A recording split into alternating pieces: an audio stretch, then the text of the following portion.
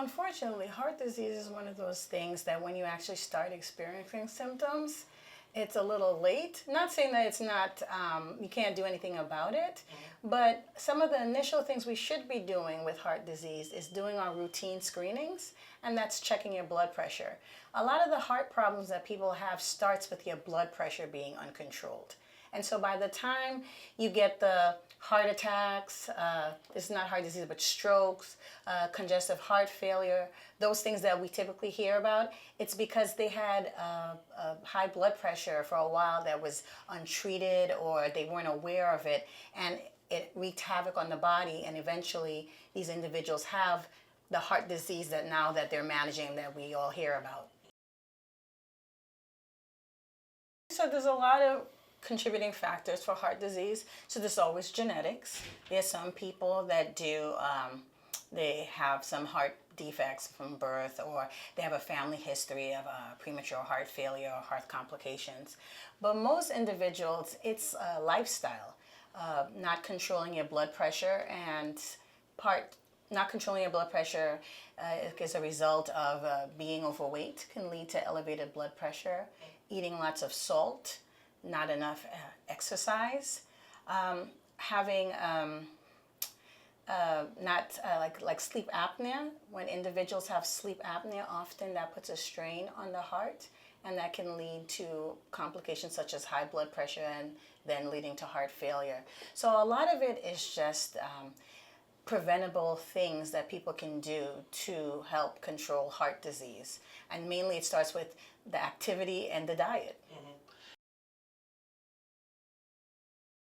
I always tell individuals you can start very small, a little bit of movement every day. So I recommend usually 10 minutes a day to start off. So say you're coming from the couch I don't need you to go from the couch to a marathon. 10 minutes a day, so you can get up and walk. If walking is too much, because a lot of us have issues with our knees or other physical disabilities, if you can get access to a pool, a bike, some type of modification, but something that gets you moving. Your goal is to get a minimum of 10 minutes, and then you can work your way up. Ideally, it's 150 minutes a week. So you can bear that number in mind. So that's about 30 minutes, 5 times a week. And then people usually tell me, well, how intense does it need to be? So 150 minutes is moderate exercise, which is you can have a conversation with someone, but you're a little bit short of breath as you're doing it. So if you're conversing and having a grand old time, that is not moderate. It has to be where you can still talk to them, but it's a little bit difficult. If you opt to do more, say for example, you have a higher physical activity level, you can do 75 minutes a week, and that's more intense activity. That's the type where you can't talk to anyone, you're really working hard, and so that's sufficient a week to also help prevent heart disease. But you can start as little as 10 minutes. So one of the things that leads to heart disease, like I mentioned before, was high blood pressure, and that's usually a silent killer. So sometimes people have high blood pressure and they never know it. It's undiagnosed.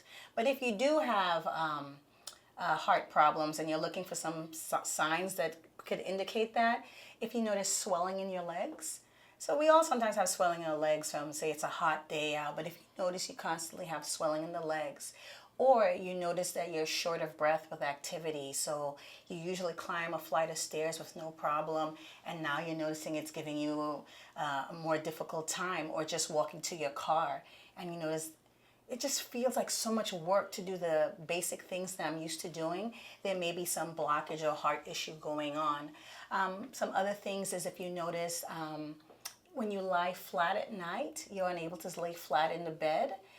You just feel like you're being smothered, or there's pressure on your chest, or you notice you cough if you lie flat.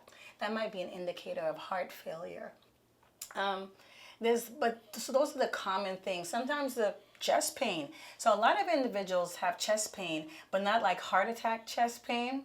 And sometimes they'll mention it to their doctor, and it could just be heartburn, but sometimes they ignore it, and it could be a sign that there's a blockage, and whenever they say do any type of physical activity, they notice their the chest is hurting them a little bit. And by chest pain, I mean like it feels like a pressure. That can also be a sign. And heart disease manifests itself differently in men and in women than in women. So some women, sometimes it feels like heartburn, and it feels more like in the middle here, or they feel fatigue or stomach pain. Versus men, they have the classic, oh, it's in my arm going down, chest pain. So, but that's when you're having a heart attack. But for little signs that maybe something's going on with my heart, the swelling of the legs, difficulty lying flat, shortness of breath with activity. Those are some typical things. So when you see the doctor, we're usually trying to evaluate your cardiovascular risk. And so some of the factors that we look at are your age. According to how old you are, that determines your risk factor for heart disease. We check your cholesterol. According to your levels of cholesterol, we might need to put you on a statin or some other form of medicine to lower it, because if you have elevated levels of cholesterol, that can cause blockages in your vessels leading to heart disease. We check your kidney function. We also check to see sometimes if you're anemic or not, because if you don't have enough oxygen, that could put a strain on your heart. We check your weight, of course. We check your blood pressure. Blood pressure is always important. That's one of the leading things that contributes to heart disease. We review medications and lifestyle factors that may contribute. For example, if you're using drugs, or if you're a smoker, or if you drink a lot of alcohol, that also could contribute to heart disease. So visiting your doctor periodically is very helpful, because they could also notice if there's a change from your baseline. They may notice that you're gaining weight. They may notice on the exam the swelling in the legs that you may not have noticed. Sometimes on physical exam, we can notice that you have a new murmur, or you may notice that your heartbeat is irregular. And so coming in at least once a year to see your doctor if you're pretty healthy, and if you're not, at least every quarter would be beneficial in helping in that journey with fighting heart disease.